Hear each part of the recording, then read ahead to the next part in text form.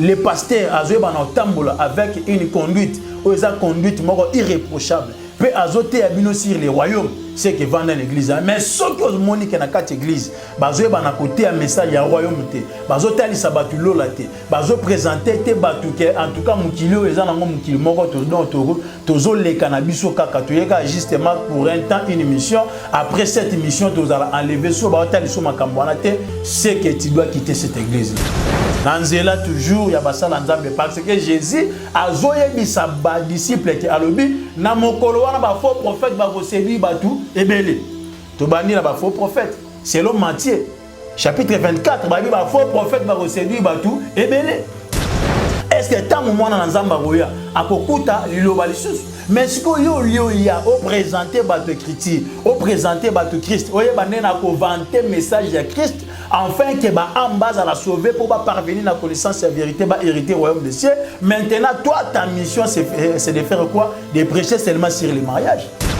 Son nzambe alobe linga likamuno. Gloire à Dieu. Na yebi soso pe nzambe alobite eza nzambe ndenge alingi alobi pété. Donc peut-être nzambe abombe linga, mais dans la prière, tu peux recevoir la guérison.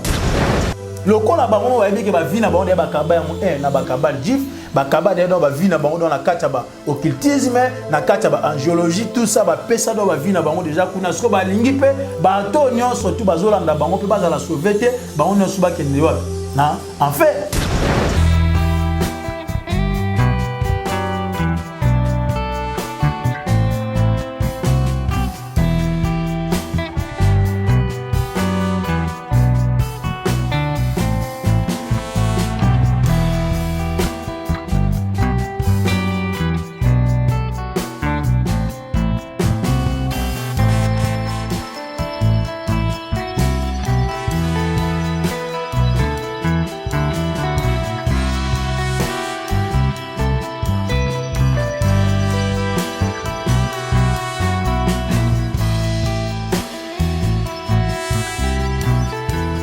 Shalom peuple de Dieu, partout aux 4 coins du monde, c'est votre humble serviteur le frère Jérès Mokwa. Nous allons vous présenter les mission c'est la chaîne Maison du Pain TV.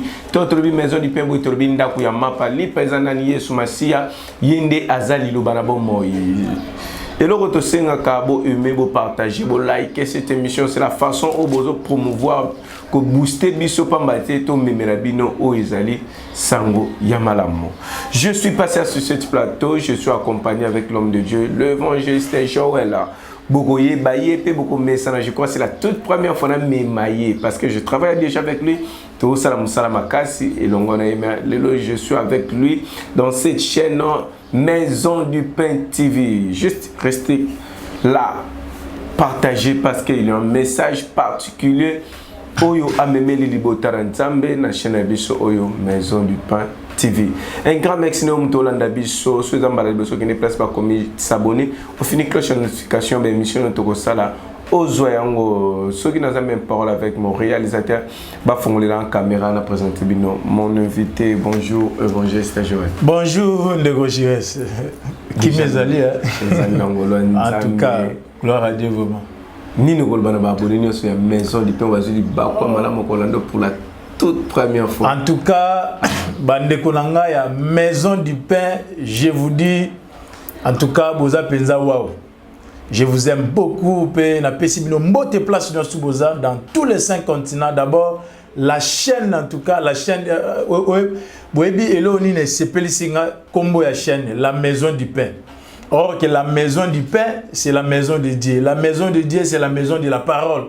Or que la Bible dit dans le livre de Jean chapitre 6, verset 34, même jusqu'à 50, Jésus a dit à ses disciples, Moïse vous a donné le pain, qui était donc la manne cachée, à Pesakibino, mais pain en Esanin, et les cas, et Kenda. Mais moi maintenant, je suis le pain descendu du ciel. On a pour paix sa vie et pas une abonnement surtout en tout cas que le Seigneur vous bénisse. C'est vraiment comme la chaîne où il s'appelle Seigneur. Je te salue patron de la chaîne Pasteur Richard. Merci pour la vision on nous a pesakio ya ko sala chaîne Oyo Maison du Pain TV ainsi que abonnez-vous sur le biso. OK. Avant de bani nous memeli ba bonnet topé banana nzambe nyos au bon lando na chaîne au maison du pain. Si on peut commencer par la prière, bon tout fond l'émission. OK, merci to bondeli. Seigneur, topé sur merci pour être à solo nzambe yondo salete to kutana nande kunanga jires pour te présenter mission afin que banana nzambe nyos va bénéficier de quelque chose venant de ta part. Seigneur, tu déduis à moi entre tes saintes mains du début jusqu'à la fin. Na combo na Jésus Christ de to bondeli bongo. Amen. Amen. L'homme de Dieu nous memeli libota na nzambe kolalelo. En tout cas, merci beaucoup pour la question et pour le sujet autour de Yango Tueli Banana Nzambe na mokolalelo parce que bien aimé dans le Seigneur, kakandenge la Bible et zolobe la biso, vous connaîtrez la vérité et la vérité vous affranchira. Donc c'est ça ce qui est important parce que tant que tu veux vivre dans ce monde et sengeli ete lokola mwana na nzambe aza mwana na nzambe o ayebaka na ko vivre selon ba signe ya temps. Parce que nous sommes en train de vivre des réalités petozoe banako tanga ba signe ya temps de la fin. Parmi ba signe ya temps de la fin, nde yango bozomona kelelo mbutu koti makasi na kati évangile l'église corps de Christ ezo souffrir na ba pratique na ba makambo belé na biloko belé ezo salema na kati église corps de Christ. Nde yango wana église corps. OK. Auto zalaka église corps to église universelle. Tozalaga eza église corps du Christ. Donc c'est-à-dire lorsqu'on parle il y a corps il y a Christ. Donc c'est-à-dire corps il y a Christ ndeza partagé na ba membres rebelles. On se comprend ndeza partagé dans ba membres rebelles le koleza le boko eza et tout ndé biso nyonso tout ce que tozo formé corps du Christ biso nyonso. Yango ozomona ka tango tolobela l'église corps du Christ donc c'est-à-dire tozobela Christ yemoko aza subdivisé na ba membres rebelles. Nde yangwana ozomona ke mutu na mutu pas ala dona grâce ni o wana kuna za litoi o wana kuna za dona don prophétie o wana kuna révélation o wana kuna ministère songolo pakana me biso nyonso tout tozo former kaka corps ya Christ tozo sala ga musala pour l'intérêt ya Christ pour être ba âme basa la sauver pe ba parvenir na connaissance de la vérité. Donc c'est ça ce qui est très important. Mais aujourd'hui maintenant elo nino na ido na banda na kolobela elo ko na ina banda kolobela na yemba na mokanda nanu ya Esaïe. Na mokanda Esaïe chapitre 4 na verset na yango 7 na verset premier pardon to bani bana na verset premier pour bana na nzambe ba comprendre quelque chose nde et ozala penza malamu mingi. Esaïe chapitre 4 to bandi bana na verset premier. La Bible dit ceci. Et cette femme saisiront en ce jour un seul homme. Bana basi 7 na mokolo wana bakoye bana okanga kaka mobali moko et diront pe bana basi on bakoloba nous mangerons notre pain biso tolia lipa na biso et nous nous vêtirons de nos habits pe biso tolata bilamba na biso moko yoka siko babi fais-nous seulement porter ton nom enlève notre opprobre. Verset sukiwana bana basi 7 na mokolo wana baozala na posa bayeba na porter kombo ya mobali. Mais comme mobile a un objectif et aux années et l'on la bango soni.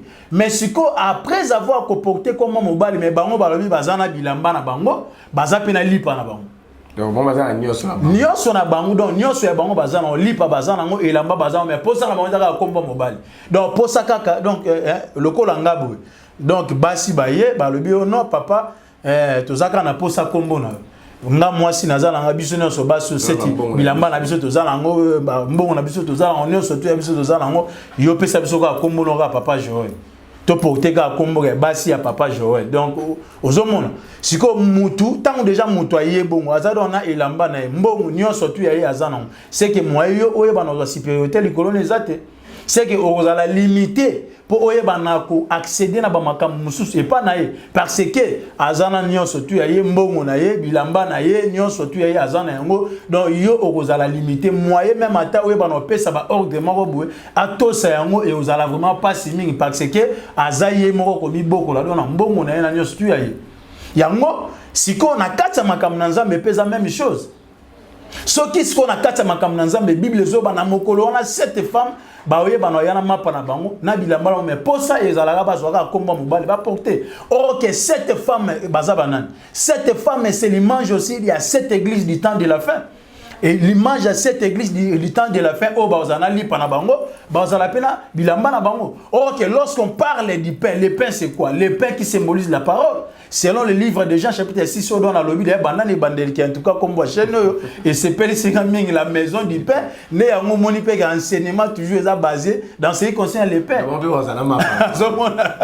Donc, on a que thème donc sujet émission et balalimba la mon action comme voit chaîne.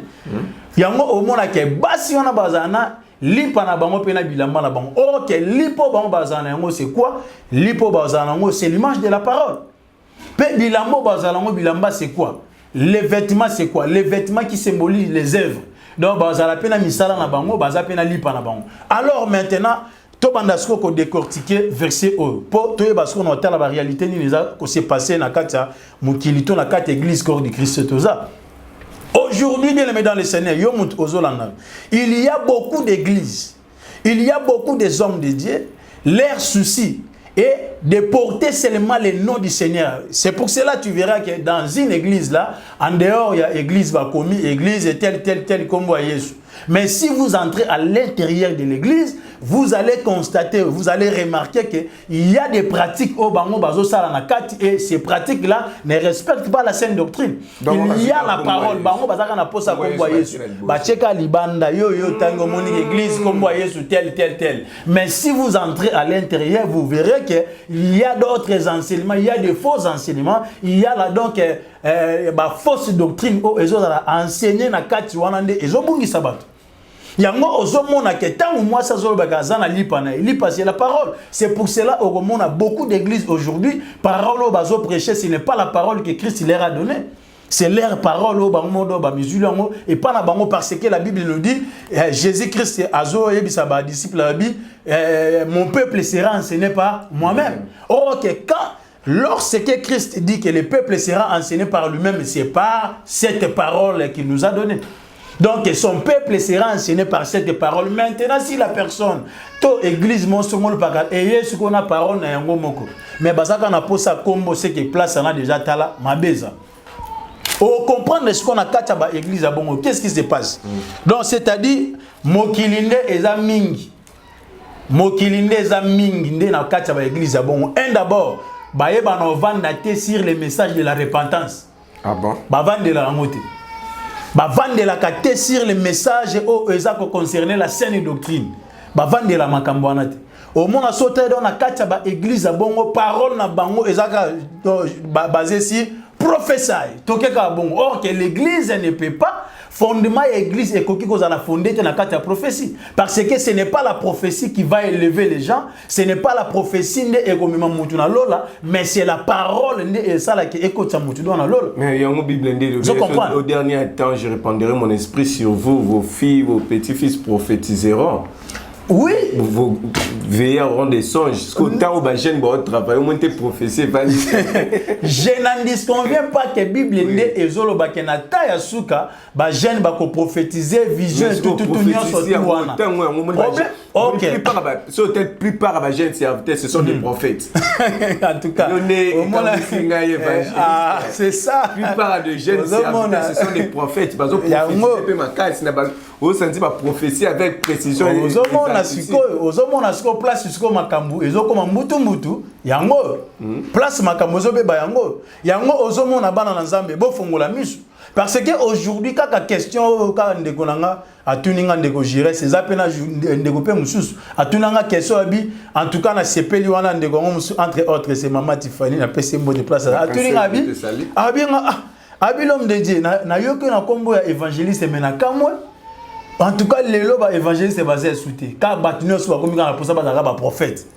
So obengi mutu évangéliste donc à mon logo qui tisi on dirait peno bambie na se on dirait à comme dans mutu mo pamba jouer dans la considération te bazo mon ministère wana évangéliste on dirait un ministère mo ya do ya se.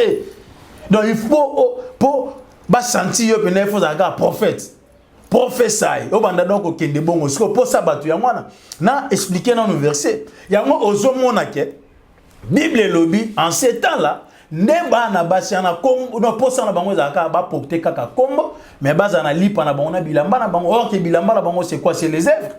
yango ozomona ke ba misala ebele eza na kati ya ba église eza ba misala moko boso lelo tali olobi mais mwana na nga akendaki na église po akende osambela mais ozomona ke mwana zo azonga siko na makambo susu mwana kenda po asambela mazongi siko na makambo so mwana bebi kana kati ya église mwana zuki ndumba na kati église mwana vine bebi na kati église porte ya enfer efongwamele pe wapi na kati église. Pourquoi? Parce que akeko kutana na esika oyo bana basi bazana lipa na bango bazana bilamba na mais kombo na posa na bango kaka ba porter ka kombo ya Yesu ele elongola soni na bango.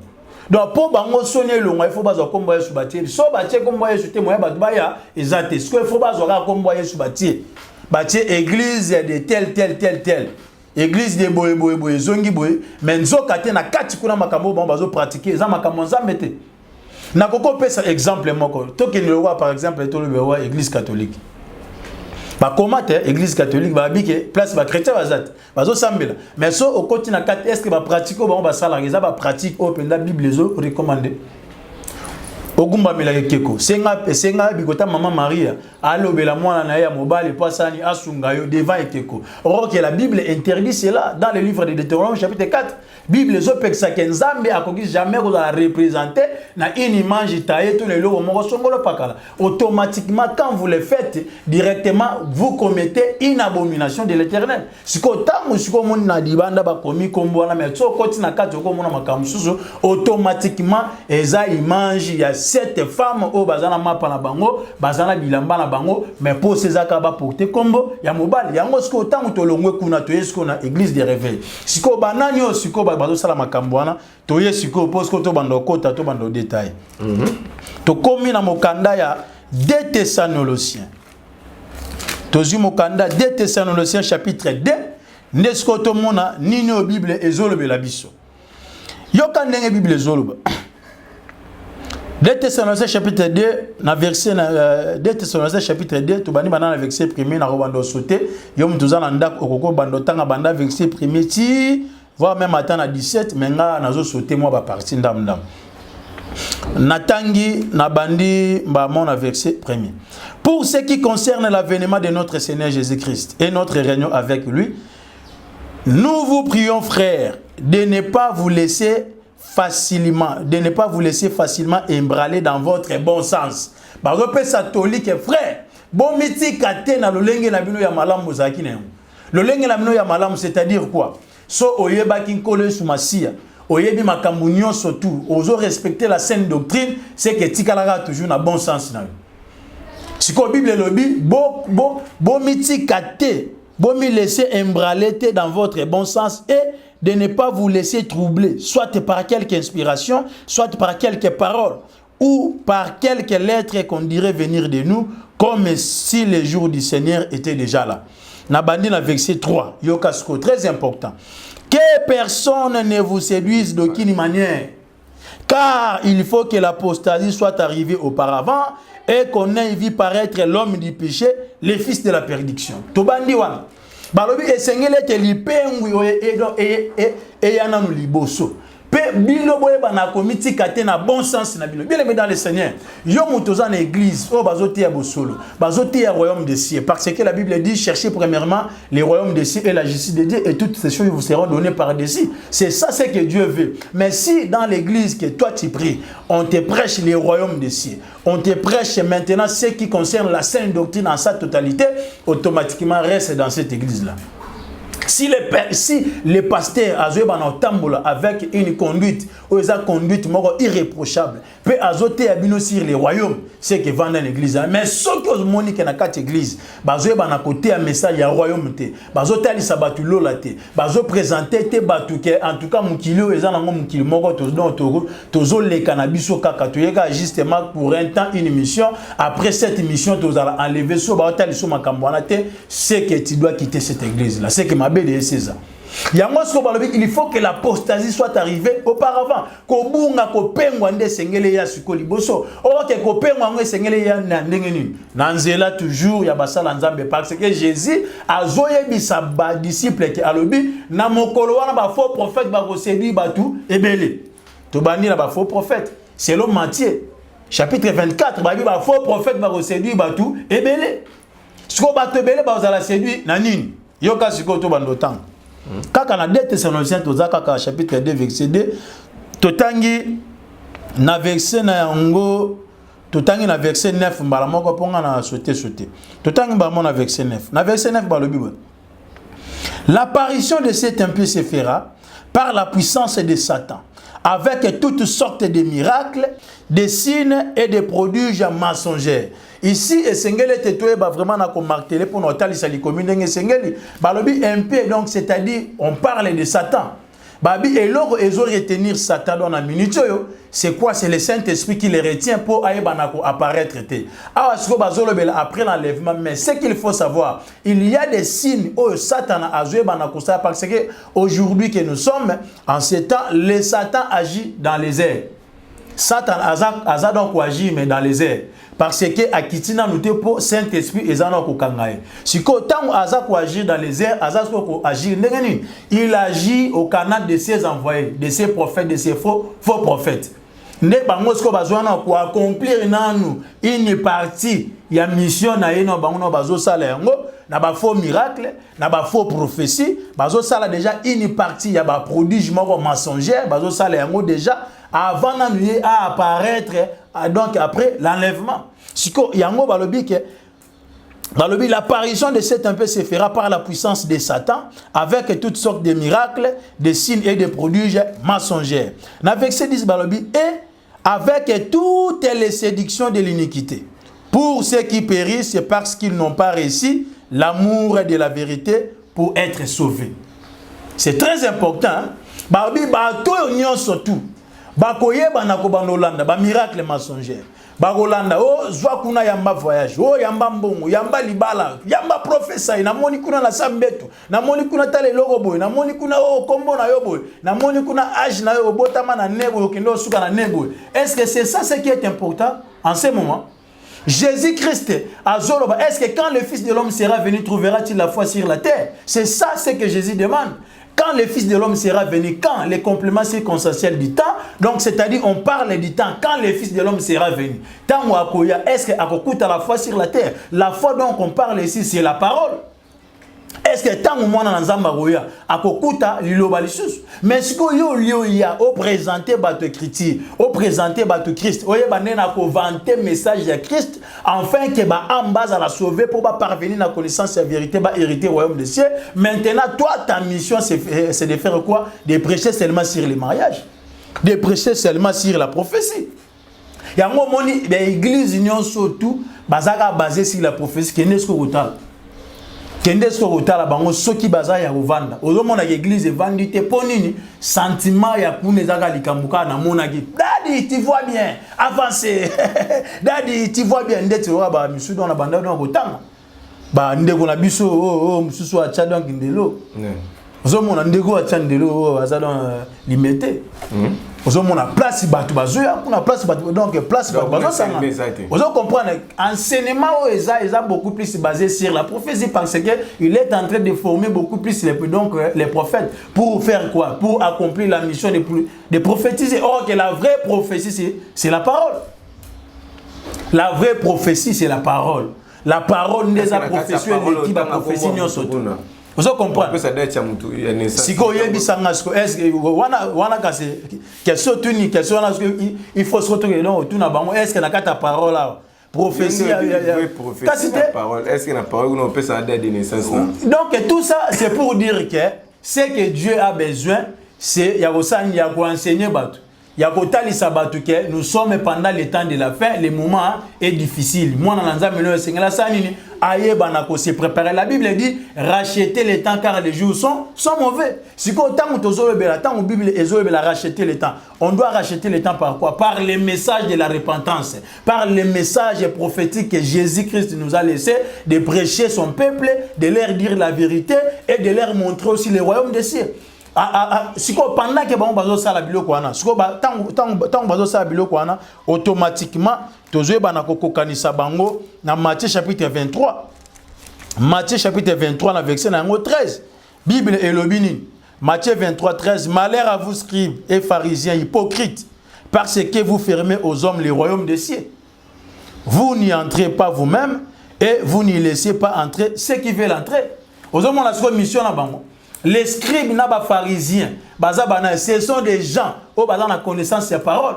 Les scribes na ba pharisiens za bato ba yebi loi, et za bato ba yebi vérité ya liloba na Nzambe, mais au lieu ba prêcher vérité, bango ba lingo prêcher vérité te, ba zo lingote ya ne ba intérêt na bango do ba posa na bango do ba sentiment na bango. Ba ji mukili ba koti na kati église, ndeta mukili koti na kati église pour ce ko bato wana ba sani. Ba kota lo la te.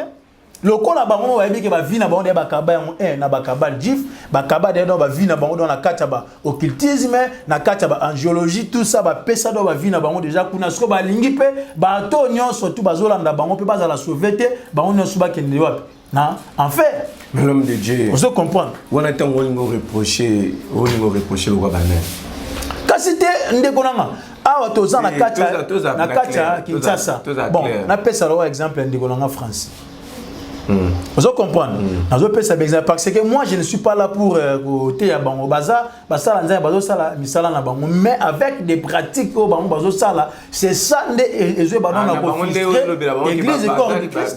Ba candidat faire ce que ba lingi pe. Vous comprenez? Ba kota na bango. Bon, nga nazolo bela par rapport ya ba fait, par rapport ya ba œuvre bango bazo sala. Ceux qui ba kokota lola to ba kokota te wana eza problème na mais nga na nazolo bela par rapport ya ba fait, est-ce que ba fait wana na carte église comme de Christ? Et ça très important. Non, ce n'est pas important parce que ces messages-là, Babylone, on a surtout la démonstration, on a surtout, et ça peut sa vie pas na bateau. Jésus-Christ a besoin que Moutou aille dans parole, Andi Melaye, Ayambaye, pour botaliser l'ola. Après, le reste, c'est fini. À côté de l'eau.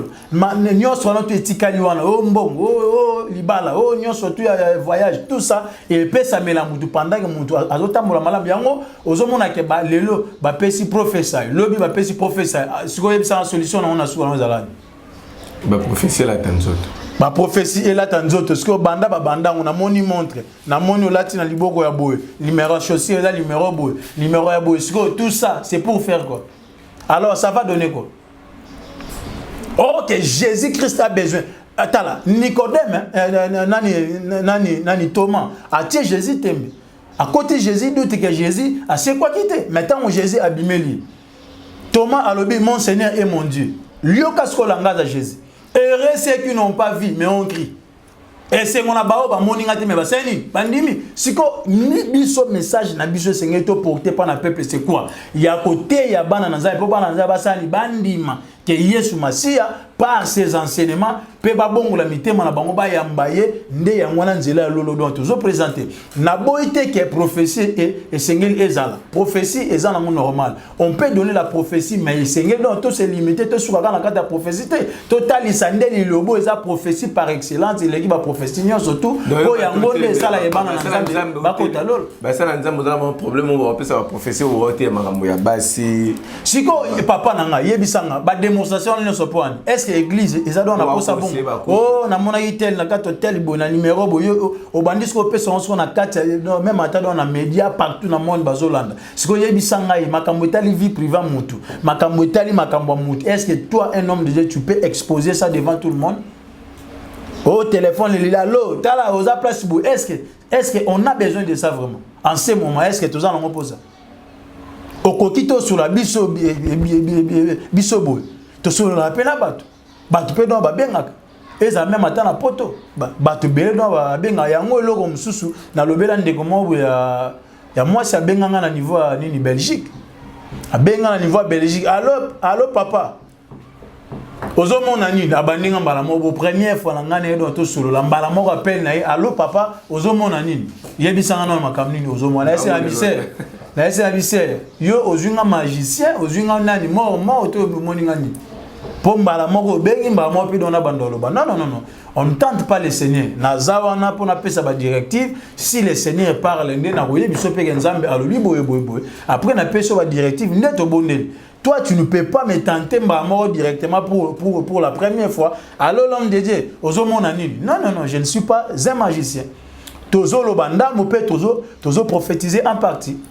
Son nzambe alobe linga likamuno, gloire à Dieu. Na yebiso so pe nzambe alobite, eza nzambe ndengi alingi, alobi pété. Donc peut-être nzambe abombe linga, mais dans la prière, tu peux recevoir la guérison. Nangela prière kaka na ko bondela avec la grâce on nzamba pesinga ozipe solution bikipe problème non obetela ngate menzambe apesula ngo solution. Siko ba siko posa ba ngo komika na posa yango problème est là parce que vous mona bien te. Ozomona kasi yango na ko botengela to ba mona ka pa. Non. Problème la biso ezate ka non seulement que soki o to mona bien te selon bango. Selon bango donc so za prophète ozomona bien te c'est que oza un prophète moi un faux prophète. Non. Un prophète d'abord c'est qui? Un prophète ce n'est pas celui qui donne la prophétie, c'est lui qui donne la prophétie sur le plan Yamamouta les via Moutou. Un prophète c'est celui qui prophétise, qui donne les signes du temps. C'est celui-là qu'on appelle un prophète. C'est celui qui part au ciel pour prendre les aliments du ciel et il fait descendre ça pour donner maintenant la nourriture au temps convenable. Pour pas dans Nzambe bazwa. Yango okomona ke ba prophète yatakala. Yebsa ndet le roi Esaïe. Esaïe fut un prophète. Mais Esaïe a parlé sur le temps messianique. Donc Esaïe prenait des prophéties. Ainsi dit l'Éternel a yango ayena yango abandis ko don ko bete yango. Ba Jérémie ba lobela ba prophétie. Ba Daniel ba lobela ba prophétie. Balobela bilo au monde ya makasi ti lelo donc toujours continuer la yango. C'est celui-là un bon prophète. Parce que azotanga ba signe ya temps pe azoe bana ko balisa yango nali komi nde ba bazo zwa vie pe ba bazo comprendre que horloge siko tala ezo kende na ngonga boye biso église sengeto se préparer pour enlèvement, c'est pour bientôt. C'est ça un prophète. C'est celui qui présente la parole, c'est celui qui donne des révélations et na makambo tali signe ya temps. On a prophète, ce n'est pas pour prophétiser, prophétie à don. Na ministère prophétique, c'est deux choses différentes. Confusion quotidienne. Donc confusion quotidienne par rapport il y a prophétie à don. Prophète ici comme mingi ba commis pardon. Ozomona so mutu azo prophétiser madame ba commis pe ba mon ministère prophétique. Or que le ministère prophétique et salemi kakateka pour un prophète à mon akaka. Mais ils appellent pour azwara babiloko aliment et outils likolo nourriture céleste aye apesisko lumière na yango azu écriture abanisko ko détailler pour na kotali c'est intérêt à Christ na katia écriture wana enfin que bana na nzambe baye bana ozwa connaissance bazala édifier pour baye bake asko to komi na ngonga boy. Un prophète peut nous parler dans ce qui concerne tout ce qui se passe dans le monde entier. Les lois ma camion sur un mois comme donc ma bé Ukraine hier on a réussi guerre oya koto Rwanda koto na biso est koto RDC guerre tout ça c'est Dieu qui avait déjà prédit. Jésus a parlé de ça dans le livre de Matthieu chapitre 24. Alors bah que guerre et aux adons à Rwanda na RDC mais après ça ma signe y attend de la faire à l'obi na moment wana bomona une nation se lèvera contre une nation, un royaume contre un royaume. Abi erozanangoka toujours commencement. Alobi bogomona banzala egoya, ba passe egoya, ba souffrance egoya. C'est ça la prophétie maintenant qui s'accomplit. En tant que prophète, il faut y au vendre c'est la biso comme Kambwana, autant les sabiso que non écriture est subdivisé en 4 parties, na prophétie, na révélation, na connaissance pe na doctrine. Enfin que bananza bazomba mo lumière. Siko yo soko yemba mo bandi, je vois bien prophète. Tala siko tan yo o bandi wana. Est-ce que yangonde ekomima mutu na lolo? Est-ce que yangonde mutu eko faire comprendre mutu que tala signe ya tant aux alango eza pour la profession mutu pesinga da papa nanga maman nanga bu. Non. Ce n'est pas important, ça ce sont des spectacles désolants. Et ça, un spectacle désolant qui n'a rien à voir avec les royaumes. Bazo kanga royaume de si pour na bato. Tant aux alango ekomi tant difficile. Yango moni que Bible le dit que ba faux prophète ba ko égarer beaucoup. Yango tala totanga vexé pour déjà kanda molimo ezo matanga ezo pesanga déjà kanda parce que magambo eza oui une colère sainte. Ce n'est pas normal. Matthieu chapitre 24. Na vexé lango premier. Qu'est-ce que nous dit la Bible? La Bible dit comme Jésus s'en allait. Au sortir du temple, ses disciples s'approchèrent pour lui en faire remarquer les constructions. Verset 2, mais il leur dit, voyez-vous tout cela? Je vous le dis en vérité, il ne restera pas ici pierre sur pierre qui ne soit renversé. Alors, verset 3, Babandi. Il s'assit sur la montagne des Oliviers et les disciples virent en particulier lui faire cette question. Dis-nous, quand cela arrivera-t-il et quel sera le signe de ton avènement et de la fin du monde? Tala ma question est très pertinente, est très importante, au Seigneur Bananzambe pe batuna. O Seigneur peut même atabiso pe dans ba prédicateur to tuna. tomi tuna ndenge pe ba disciple ba donc tuna Yesu biso pe so prédicateur lelo quoi Yesu a été faut ko to questionner écrit to tuna so écrit pona basina attendre la fin au lobby nini po écrit onde Yesu to tuna pe Yesu ndenge pe ba disciple ba donc tourner physiquement lelo Yesu a été biso pe ba sala nza pe faut to l'écrit pona temps na ba événement oyo lobby nini nde siko écrit akobanda siko ko tali sabiso ke tala et logo boyebo na lobara yango tala boyebo stati boya Daniel et boyebo tout ça c'est comme ça. Alors tant on continue Babi dis-nous quand cela arrivera-t-il et quel sera le signe de ton avènement et de la fin du monde. Alors Jésus leur répondit, prenez garde que personne ne vous séduise. Message ezaka moko muta pengu sabino. Merci. Je comprends. Message ezaka moko que personne ne vous séduise car plusieurs viendront sous mon nom. Et belé ba yana kombo nanga disant c'est moi qui suis le Christ et séduiront beaucoup de gens. Vous entendrez parler de guerre et de bruit de guerre. Gardez-vous d'être troublés car il faut que ces choses arrivent. Mais ce ne sera pas encore la fin. Vous comprenez? Abi, ce ne sera pas encore la fin. Ce qu'on est, ce qu'on a en place. Dans le verset 11, Babi, plusieurs faux prophètes s'élèveront. Vous avez faux prophètes sur natangi nanga te bakombo bato ke oza fo oza boye siko nga nazolobela siko bango moko bato bakendaka ndi ba place na siko bayeba na message nga na otu kopesa na éclaircissement na lumière na otu kopesa siko bango moko siko banda donc au détecter siko qui est vrai qui est faux et qui est vrai. Vous comprenez? Balobi plusieurs faux prophètes s'élèveront et ils séduiront beaucoup de gens. Bato lelo baza séduit prophétie. Papa, tu vois bien, daddy. Voilà. Na koti na balabala na bino. Na bando kota. Na moni oza na numéro 10 te. Numéro 10 te. Na koti na numéro 20. Oza koti na droite. Na kata na droite, na koti na kata parcelle na bino. Na kata parcelle na moni koko mawa baza mpanzi. Ta na moni koko wana na sisi ta na koti na tuni. Koko ngona ni o balobio aza grand-mère na bino. Ta na koti na longwe siko. Na longwe na koti siko si les plans sensationnels. Na komi siko donc au senti. Je sens. Siko est-ce que tout ça on a besoin de ça? Ba démonstration wana. Biloko nyonso na tout ba spectacle désolant. Est-ce qu'on a besoin de ça? C'est ça les critiques, c'est ça ce que Christ nous avait demandé. C'est ça la mission que Christ nous a envoyée sur cette terre. Non, ce n'est pas ça. Il y a moi bien aimé dans le Seigneur, ça c'est le moment favorable pour vous. Il y a qu'à se ressaisir, il y a qu'à tikala dans la parole, dans la vérité. Il y a qu'à mitikate na koza la trompette na zo bisayo so telemi aux yeux directive. Il y a qu'à bonde, il y a qu'à prier pour un problème na yo. To Moussa Nzambo dans la grâce à bondeli pour nos solution ba biloko nyonso na tu o mona sambetu o mona eloko boye o kende pa na kingani o na kota ki na sala ki ça n'a pas d'importance yango ezemona ke loko lelo église corps de Christ kufi.